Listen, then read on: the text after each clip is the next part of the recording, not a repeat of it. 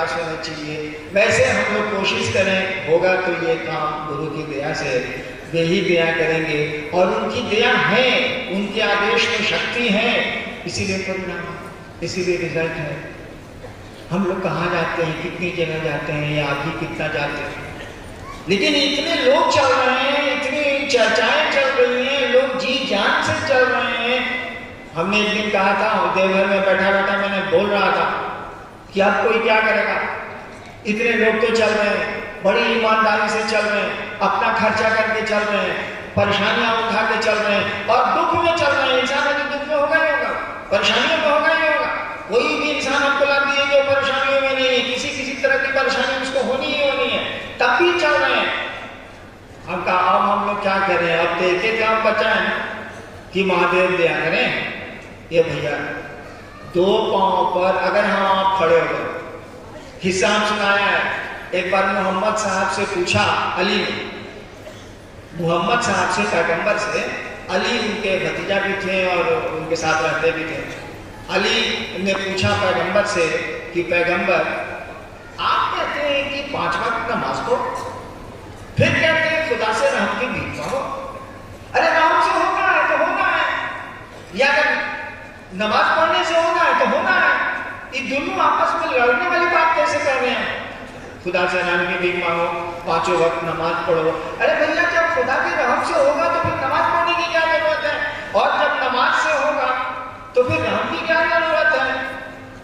पैगंबर ने कहा, अली जरा खड़े होता। अली ने कहा, आपका दही अच्छा ने किसी को खड़ा कर दीजिए। चले तुम खड़े हो, नहीं पर बैठ के बात हो रही थी, या खड़े हो। अली खड़े हो। पैगंबर ने कहा, अली एक पांव उठाना। अली ने एक पांव उठा लिया। पैगंबर ने कहा, अली दूसरा पांव उठाना। अली ने कहा, गजब पागल कौन है, सारा खड़ा होके एक एक ना उठेगा, दूसरा से उठेगा, गिर जाएंगे हम, एक एक ना उठेगा। पैगंबर ने कहा कि अगर 2 आदमी तुम्हारे दोनों कंधे में लगा दिए जाए तब दोनों पांव उठेगा? कहा तब तो उठ जाएगा। कहा देखो, हम तुम एक पांव उठाने के लिए स्वतंत्र है, एक पांव उठा सकते हैं, बायां उठाए दायां उठाए, हम लोग एक पांव उठा सकते हैं, खड़े होकर एक पांव उठाने की स्थिति है, लेकिन दूसरे पांव को उठाने की स्थिति नहीं है। इसके लिए रहम है, इसके लिए दया है। दोनों पांव उठेंगे तभी, जब तुम एक पांव उठाओगे, दूसरे पांव के लिए रहम मांगोगे, तो दोनों पांव उठ जाएंगे। कोई सहारा देगा तभी ना उठेंगे। एक पांव तो तुम बिना सहारे के उठा सकते हो, लेकिन दूसरा पांव कैसे उठेगा खड़े होके? एक ही पांव उठेगा। तो गुरु का आदेश हमको आपको करना है, गुरु चर्चा करनी है, लोगों को शिव गुरु की समझ लोगों में पैदा करनी है। एक बात समझ लीजिए, ये हम लोग सूचना नहीं देते हैं कि शिव गुरु है, सूचना है। ये लोगों को खबर है कि शिव गुरु होते हैं, लेकिन वो नहीं जानते कि हम शिष्य भी हैं। ये लोगों को पता है कि शिव गुरु है, लेकिन उनको ये पता नहीं है कि हम महादेव के चेला हैं। ये उनको समझाना पड़ेगा। वो तो जगत गुरु है, लेकिन जगत गुरु उनका शिष्य नहीं है। ये उनको समझाना होगा। स्कूल है, पढ़ते नहीं है आप जानते हैं कि स्कूल सबसे बढ़िया है, लेकिन खुद नहीं पढ़ते हैं, बच्चे को नहीं भेजते, तो फिर ज्ञान कहां से मिलेगा? शैक्षणिक ज्ञान आपको देगा कौन? बढ़िया स्कूल है तो वही नहीं देगा। ठीक उसी तरह से शिव गुरु है, सबको मालूम है, इस पर कोई भी बात इस देश में नहीं होता। वो गुरु है, ईश्वर है तो गुरु है, होना ही होना है। लेकिन ये जगत उनका शिष्य नहीं है। ये उनको आदमी के बच्चे को समझाना पड़ता है। भैया आदमी के बच्चे को ज्ञान देना पड़ता है, आदमी को भी ज्ञान देना पड़ता है। जानवर के बच्चे पैदा होते हैं, खुद ही माँ का दूध पीते हैं। आदमी का बच्चा खुद माँ का दूध नहीं पीता। इसीलिए प्रकृति आदमी को ये ज्ञान दिए हुए हैं, परिजन उसके परिवार वाले माँ उसको दूध पिला लेंगे। लेकिन जानवर के बच्चे पैदा होते हैं, खुद खड़े होकर दूध पीते हैं। वो आदमी का बच्चा खड़ा होकर दूध नहीं पीता है। आदमी को समझाना पड़ता, बिना समझाए नहीं। इसीलिए इतने स्कूल खुले, इतने कॉलेज खुले, विश्वविद्यालय खुले, शिक्षक पालन के लिए इतना खर्चा सरकार का होता है, समझाना पड़ता। और हमको आपको यही समझाने की जवाबदेही है। गुरु प्रदत्त है, गुरु के द्वारा दी गई है कि दूसरों को हम आप समझाएं कि शिव को वो अपना गुरु बना सकता है, इसमें उसको कुछ भी नहीं लगता है। मात्र सोचने की जरूरत है, मात्र सोचने की जरूरत है। शिव आपके हमारे गुरु हो जाएंगे। आपने सोचा कि पड़ोसी से दोस्ती करेंगे, अगर इस सोच पर खड़ा रह गए तो प्रेम में बदल जाएगी ये सोच। ये सोच अभी हमने समझाया ना, ये सोचना आपका कि पड़ोसी से दोस्ती करेंगे, अगर ये सोच आपके मन में ना रही, दिन या सोच या विचार प्रेम का रूप लेगा। और प्रेम में बड़ी ताकत होती है। प्रेम में जितनी ताकत होती है जिंदगी में उतनी ताकत नहीं है, मौत में उतनी ताकत नहीं है, प्रेम में बड़ी ताकत होती है। ठीक उसी तरह से अगर ये सोच हमारे यहाँ की बनी रह गई कि शिव हमारे गुरु हमें नॉट राजेर चेला, रविन्द्रनाथ ठाकुर ने कहा ना, हमें नॉट राजेर चेला, मैं शिव का शिष्य हूँ, चित्त आकाशे देखची खेला, बांधन खोले सीखची साधन, महाकाले त्रिशूल नाचे। अगर ये विचार, ये सोच कि मैं नटराज का शिष्य हूँ, शिव मेरे गुरु हैं, अगर मिटी नहीं, हम लोग क्या कहते हैं, आज सोचेंगे कुछ, कल सोचेंगे कुछ, परसों सोचेंगे कुछ, तरसों सोचेंगे कुछ। अगर ये सोच मिटी नहीं कि शिव हमारे गुरु हैं, यही सोच एक दिन प्रेम रूप लेगी। और प्रेम की आदत गजब होती है भैया, गजब चीज है प्रेम। ये जब पैदा होता है दो में, प्रेम की आदत है, या दो सत्ताओं में पैदा होता है, दो में रहता नहीं है। इसीलिए कबीर ने कहा था, प्रेम गली अति साकरी। ये जो प्रेम का रास्ता है ना, बड़ा पतला है। प्रेम गली अति साकरी, जामे दो न समाए। इसमें दो नहीं घुसेगा, जामे दो न समाए, दो को नहीं घुसेगा। लेकिन पैदा ये दो में होता है, पैदा दो में होता है, दो में रहता नहीं है। यानी ये पैदा होगा दो सत्ताओं में, शिष्य हो गुरु हो, भाई हो, दोस्त हो, पति हो, पत्नी हो, प्रेमी हो, प्रेमिका हो, ये दो सत्ताओं में पैदा होगा। लेकिन जब पैदा होता है ना, जब इसके पौधे बढ़ते हैं ना, तो ये एक हो जाता है, दोनों को एक कर देता है। गुरु शिष्य में जैसे प्रेम जगेगा, शिष्य और गुरु दोनों एक हो जाएंगे, जीव शिव हो जाएगा, जीव शिव हो जाएगा। हम लोग को जीव को शिव नहीं बनाना, हम लोग नहीं बनाना तो है, हम लोग नहीं बनना चाहते हैं शिव। हम लोग तो शिव के बनकर हैं, हम लोग तो महादेव के कार्य करता है। उन्होंने जो कहा है हम लोग करेंगे, फिर देखा जाएगा क्या होगा। फिर हमसे पूछिएगा कि हाँ इसके बाद क्या होगा, मैं बताऊंगा कि क्या होगा। जो मेरा होगा सो आपका होगा, जो गति तोरी सो गति मोरी। जो आपका होगा, जो मेरा होगा सो आपका होगा, जो आपका होगा सो मेरा होगा।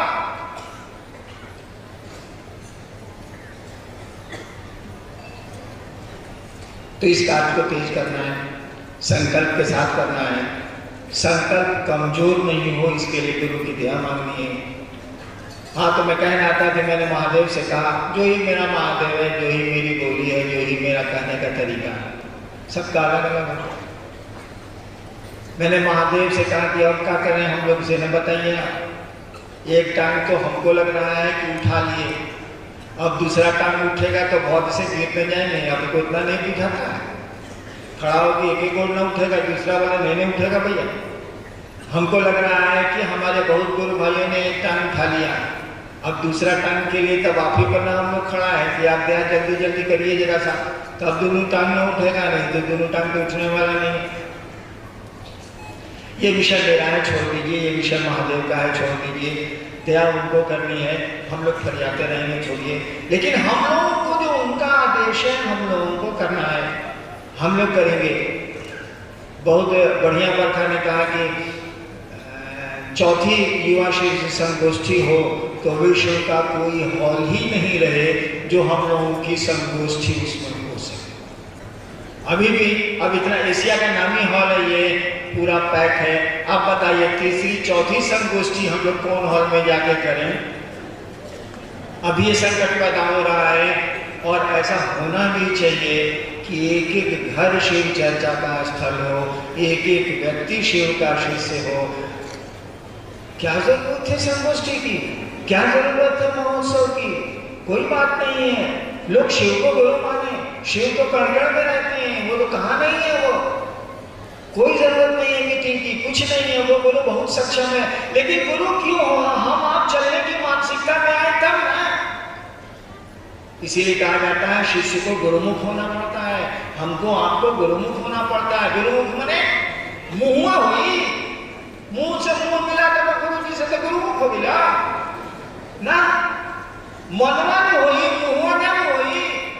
गुरुमुख का मानी मन गुरु की ओर जाए, मन सुने कि गुरु क्या कर रहे हैं, वो वैसे भी जान लेंगे। कोई बात मैं आपको समझा नहीं सकता अगर आप मुझको सुनने की मानसिकता में नहीं है। आप इस कान से सुनिएगा, उस कान से निकाल दीजिएगा, बैक सोचिएगा, बैक सरका पड़ेगा, बैक। आप सुनने की अगर मानसिकता में नहीं है वक्ता को, तो आप कुछ नहीं सुनेंगे, आप सुन ही नहीं सकते हैं, कुछ भी ग्रहण नहीं कर सकते हैं। जब सुनने की मानसिकता में आएगा तभी उसकी बातें का आप ग्रहण करेंगे, तभी उसकी बातें आपको ठीक लगेगी और अमल कर सकेंगे आप, अन्यथा सुनिएगा ही नहीं। ठीक वही स्थिति गुरु की भी है, गुरु कुछ नहीं कर सकते अगर गुरु को सुनने की मानसिकता में हम आप नहीं जाए, अगर गुरु के प्रति शिष्य भाव नहीं। शिष्य का माने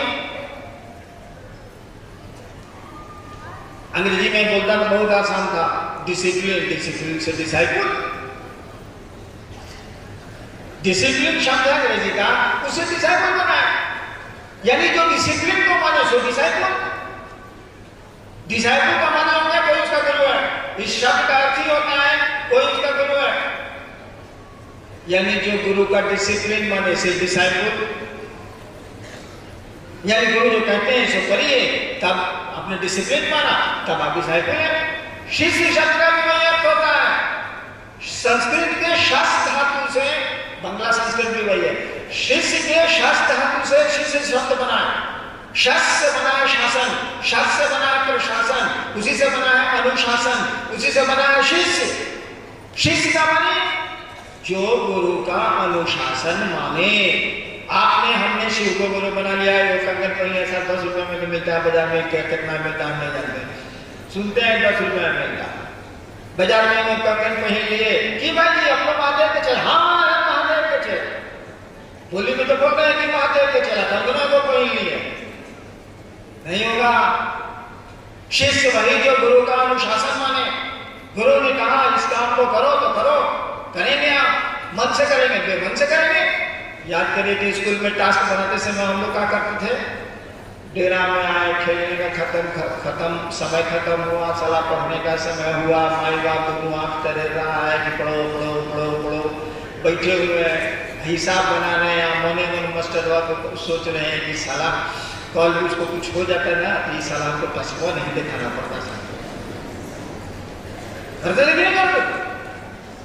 बड़ी कर जाते थे मास्टर को, ईद के सरापने से कहा मरिए आज तक, साला मास्टर को कुछ नहीं हुआ, पीटा भी, पढ़ाया भी, लाभ किसको मिला भाई साहब? बड़ी बेमन से टास्क बनाया है हम लोगों ने, लाभ क्या हुआ? हमको जो पढ़ाया मास्टर रह गया, हम कलेक्टर हो गए। देख लीजिए, हमसे मिला है मास्टर लोग जो हमको पढ़ाया, बुला हो जाता, हम कलेक्टर हो गए, मास्टर ना गया, महादेव रह जाएगा, हम महादेव से ऊपर चले जाएंगे। लेकिन मौन से चाहे बेमौन से टास्कवा बनाइएगा ना भाई साहब, मन कर जाते रहिए कि कौन कर। अभी कहा मैं प्रोग्राम में था, कहीं मैं प्रोग्राम में था, मेरी बुलाहट हुई, वो तो मेरी स्थिति है कि मेरी बुलाहट होनी है और किसी की हो या नहीं हो। आप लोग भाग के बहुत अच्छे हैं, चल हम कौन कुकर्म किया है कि हम जाते हैं तो हमारा बुलाहट होना ही होना। मेरी बुलाहट हुई, अब तो बुलाहट है तो हो सकता है बहुत हरामी चीज होता है, कुछ जिसको बुला देगा या नहीं, आपको क्या करिएगा। बुलाया, वहां पर क्या बेटा मतलब कोई याद नहीं है, हमने शायद मेरी छोटी बहू थी कि कौन थी याद नहीं पड़ रहा, हमने कहा हैंग टू डेथ। तो उस आदमी ने पूछा हमसे कि पापा क्या बोले आप? हम कहा बोले हैंग टू डेथ, यानी ये आदमी को तब तक फांसी दो जब तक ये मरे नहीं। अंग्रेजी में हैंग टू डेथ का वही अर्थ होता है ना कि फांसी तब तक दी जाए जब तक वो मरे नहीं। यानी देखिए, हम चर्चा में आए, ये पूरी फुलवारी मेरी है, मैंने सिर्फ प्रत्यक्ष रूप से तो मेरी फुलवानी है भैया, अप्रत्यक्ष रूप से बॉस की होगी, महादेव की होगी, लेकिन प्रत्यक्ष रूप से तो मेरी फुलवारी है। जितने शिव से बन रहे हैं या बनेंगे वो तो मेरी ही बगिया के फूल है। लोगों ने कहा कि अभी तुरंत लोगों ने कहा कि जी 5 बजे तक कार्यक्रम चलाया जाना, क्या दिक्कत है, शेड्यूल पहले से 5 बजे तक का है। हम कहा देखिए मेरे लोग हैं, एक तो हम लोग भोजन देने की स्थिति में नहीं आ सकते, कारण जो भी हो, निकट की घटना हो या जो भी हो। अब 5 बजे तक रोकेंगे तो ये लोग खाएगा क्या? ठीक है हम लोग भी नहीं खाएं, लेकिन ये लोग खाएगा क्या? इसीलिए टाइम आपका 1.5 घंटा 2 घंटा कम किया गया। हम बोला हम 2:30 बजे में हमको छोड़ देंगे, कुछ तो लोग जाके बाहर में खाएगा, शहर में खाएगा। ये जब खाना भी हम नहीं दे पा रहे हैं और छुट्टी भी नहीं दे रहे हैं, ये तो नहीं। हमने कहा आदमियाँ तो हमरे, जिससे जो बोले हैं, हमने कहा आदमियाँ तो हमरे नहीं, हम तो छोड़ेंगे ही छोड़ेंगे। आपका प्रोग्राम चले ना नहीं चले, मैं तो अपनी चर्चा खत्म करूँगा ताकि हमारे लोग जाएँ, कुछ तो शहर में खाएंगे, कुछ तो अपनी व्यवस्था देखेंगे। और जहाँ तक महादेव की दया का सवाल है, बोलने से कोई शिव से होता है, महादेव की दया से होता है। अरे थोड़ा सा पाइप 2 इंच का लगाए हैं, 1 इंच का बदल देंगे तो काम नहीं चल जाएगा, तो बोलना जरूरी है। अरे सप्लाई में आधा इंच का पानी चल रहा है, उसमें 1 इंच का पाइप लगा दीजिए, पानी बढ़ जाएगा, दहेगा तो खेले और कुछ। तो हमने कहा मैंने चर्चा करने का मानी, हम क्या रस लगाए, मेरी फांसी होने वाली है और जब तक मैं मरूं नहीं तब तक होने वाली है। उस समय तो आप नहीं थे, उस समय तो कोई था और हमने कहा था हैंग टू डेथ। क्यों कहा था? इसलिए कि मेरी समझ में आता है कि शिव शिष्यों की संगोष्ठी है, मैं भी शिव शिष्य हूँ, इनको बताने का मुझको अधिकार क्या है, इनको समझाने का मुझको अधिकार क्या है? ये तो गुरु का है ना। शिव शिष्यों की संगोष्ठी बुलाने का अधिकार हरिनारायण जी बताइए आपको किसने दिया? शिव के शिष्यों की संगोष्ठी, शिव के शिष्यों की मीटिंग बुलाने का हरिनारायण जी आपको ये राइट किसने दिया, ये अधिकार किसने दिया? ये शिव के शिष्य हैं, बुलाने वाले आप कौन होते हैं? हुआ क्यों? जब आप कहते हैं कि शिव आपके गुरु हैं, तो शिव शिष्यों की मीटिंग आप क्यों बुलाते हैं, संगोष्ठी क्यों बुलाते हैं, वर्कशॉप क्यों बुलाते हैं, महोत्सव क्यों करते हैं? कोई अधिकार नहीं है, कोई फंडामेंटल हम लोगों को इसका राइट नहीं है, तब भी करते हैं। इसीलिए कि गुरु का आदेश है, क्या करें? साला मास्टर का टैक्स देता है, वो बने चाहे हंस के बने, तो प्रमाण करेगा। आप डिसाइपल हैं तो डिसिप्लिन तो मानना ही ना पड़ेगा। गुरु ने कहा कि आप दूसरों को समझाओ, मन में तो बुझा ही रहा है कि समझाना आपका काम है, साला हमको फंसा दिया, लेकिन क्या करिएगा? गुरु गुरु होता है, जो कहते हैं वो करना ही पड़ेगा। और उसी में हमारा आपका कल्याण नहीं, परम कल्याण है। कीचड़ में कमल खिल जाएंगे।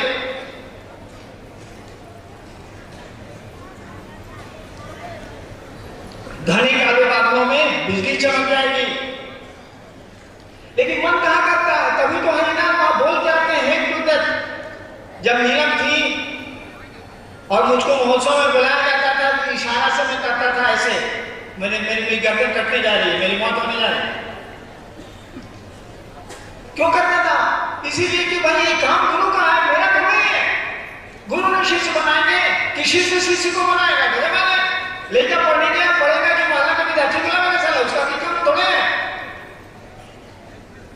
गुरु का आदेश है, करना है, क्या करिएगा? और आप कर रहे हैं, हमसे बढ़िया से कर रहे हैं, मैं कितना करता हूं। लेकिन मन में तो ये भाव, हमारे जो मन में ये भाव है, काम गुरु का है, करना हमको है, लेकिन करना ही करना है, कोई विकल्प भी नहीं है, कोई ऑल्टरनेटिव भी नहीं है हमारे आपको। इस काम को हम लोग करेंगे और बड़े मनोयोग से करेंगे। इस काम को करना है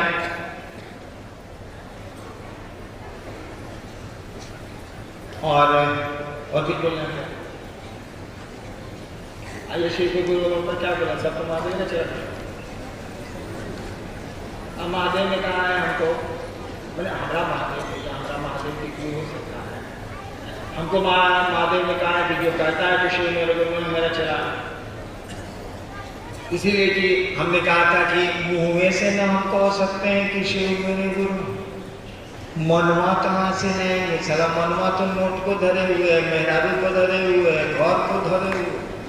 हमने कहा था महादेव से, जो ही मेरी आवाज जाती हो, हमने कहा कि मुंह में से न कहेंगे सरकार कि आप मेरे गुरु हैं, मनवा कहाँ से ले आए से न बताइए। मनवा पर हमारा नहीं तो हम लोग क्या कर सकते हैं, मुंह में से कहते हैं कि शिव मेरे रूप में, उनकी दया हो जाए तो मन शिव का शिष्य हो जाएगा, ये सही बात। तो जितना हम कहते हैं उतना करिए, बाकी छोड़ दीजिए, मामला ऊपर का है। हम लोग फरियाली हैं, बहुत घबराने की बात नहीं है, रिजल्ट के सामने दिख रहा है और बहुत जल्दी ही दिखेगा। कितना बज गया हो?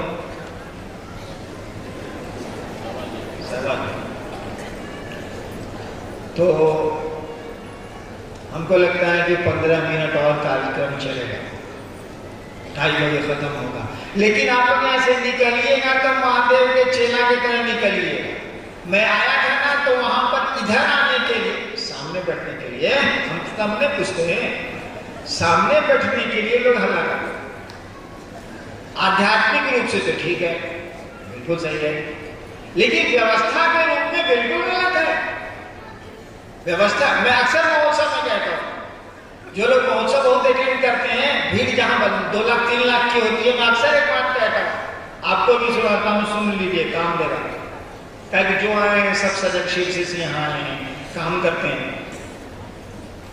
महादेव का एक चेला हुआ है मच्छंदरनाथ, बोलचाल में मच्छंदरनाथ, ऐसे उनका नाम था मत्स्येंद्रनाथ।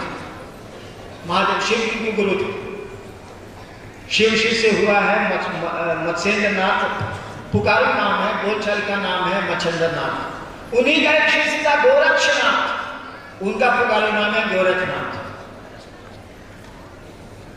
तो गोरखनाथ एक जगह लिखते हैं कि जोगी कौन है, साधु कौन है, साधु का लक्षण क्या है? कहते हैं कि हवा की न चलेगा, ठबा की न बोलेगा।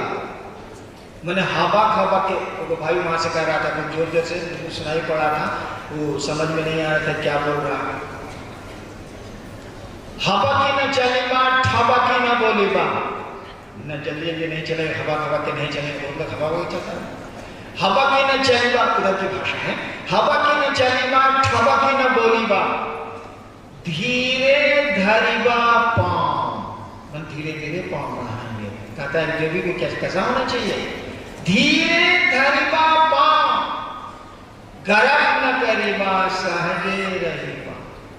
गर्व नहीं करेंगे, सहज रहेंगे। सहज माने जो साथ में पैदा हुआ है, जो साथ में लेके जन्मा है, सहजे रहेगा, सहज रहेंगे।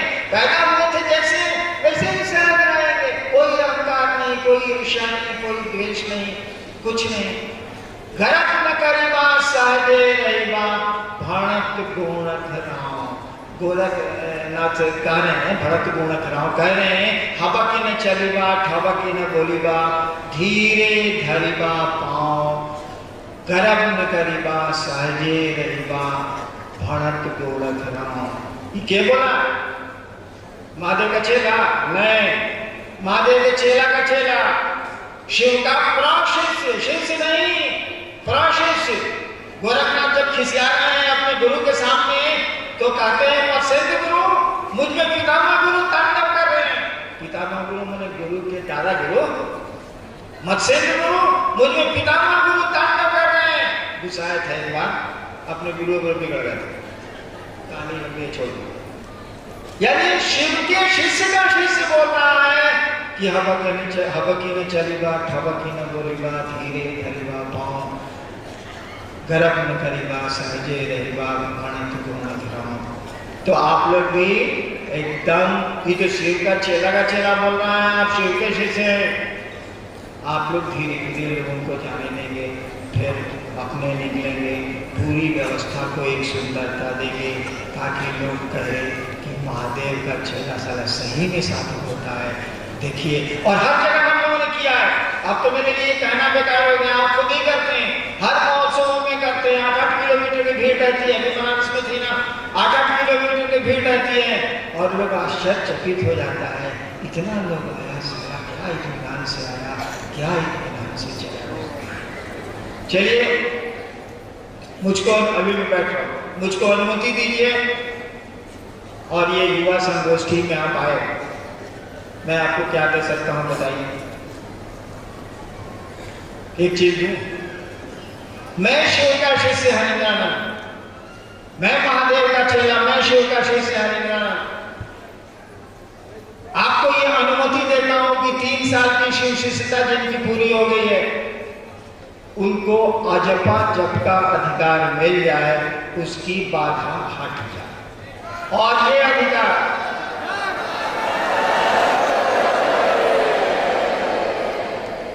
अधिकार आज के बाद चालू रहेगा। आपकी सजग शिव शिष्यता 3 साल पूरी हो जाएगी, आपको पूरा का पूरा अधिकार होगा नमः शिवाय को अजपा जप पर चढ़ाने का, और उसमें आज जितनी भी आध्यात्मिक बाधाएं हैं वह स्वतः नष्ट हो जाएंगी। शिव का शिष्य ये आदेश देता है और इस आदेश को लागू करने के लिए अपने गुरु महादेव से प्रार्थना करता है। आप सबों के चरणों में मेरा